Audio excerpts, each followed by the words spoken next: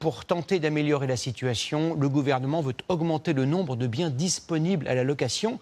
Et pour cela, il envisage d'assouplir les diagnostics de performance énergétique. Avec quelles mesures concrètes? Ludovic Romanens, Florence Couturan et Maud Gatineau. Au dernier étage de cet immeuble, un appartement de 19 mètres carrés.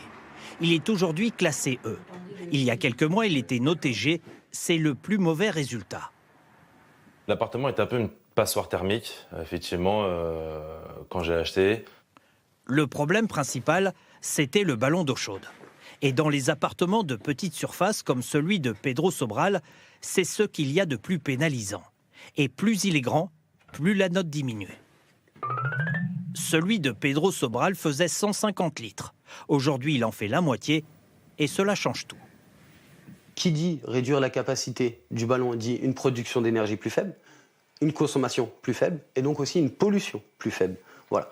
Et ce qui est important, en fait, c'est ce qui va nous permettre d'avoir un score qui va aussi être plus avantageux pour le propriétaire. Le diagnostiqueur continue son constat. Il mesure le volume des pièces, l'épaisseur des murs, mais aussi des vitres. Là aussi, le mode de calcul va changer et va devenir plus souple pour les petites surfaces habitables. Bonne nouvelle, le propriétaire pourra désormais le louer. Le but était du coup d'isoler assez rapidement, de pouvoir y vivre convenablement sans consommer trop d'électricité non plus. 1,7 million d'appartements sont classés F ou G.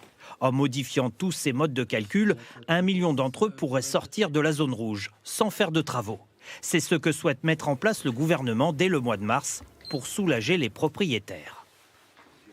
En 2028, ce sont les classes F qui seront interdites à la location. Donc ça vous laisse au pire un sursis de 1 an, au mieux un sursis de 3 ans, mais quoi qu'il arrive, dans 3 ans, vous serez censé rénover votre logement. Un diagnostic de performance coûte en moyenne 100 €. Il est maintenant obligatoire en cas de vente ou de location. 5 millions de logements en France sont actuellement classés comme des passoires énergétiques.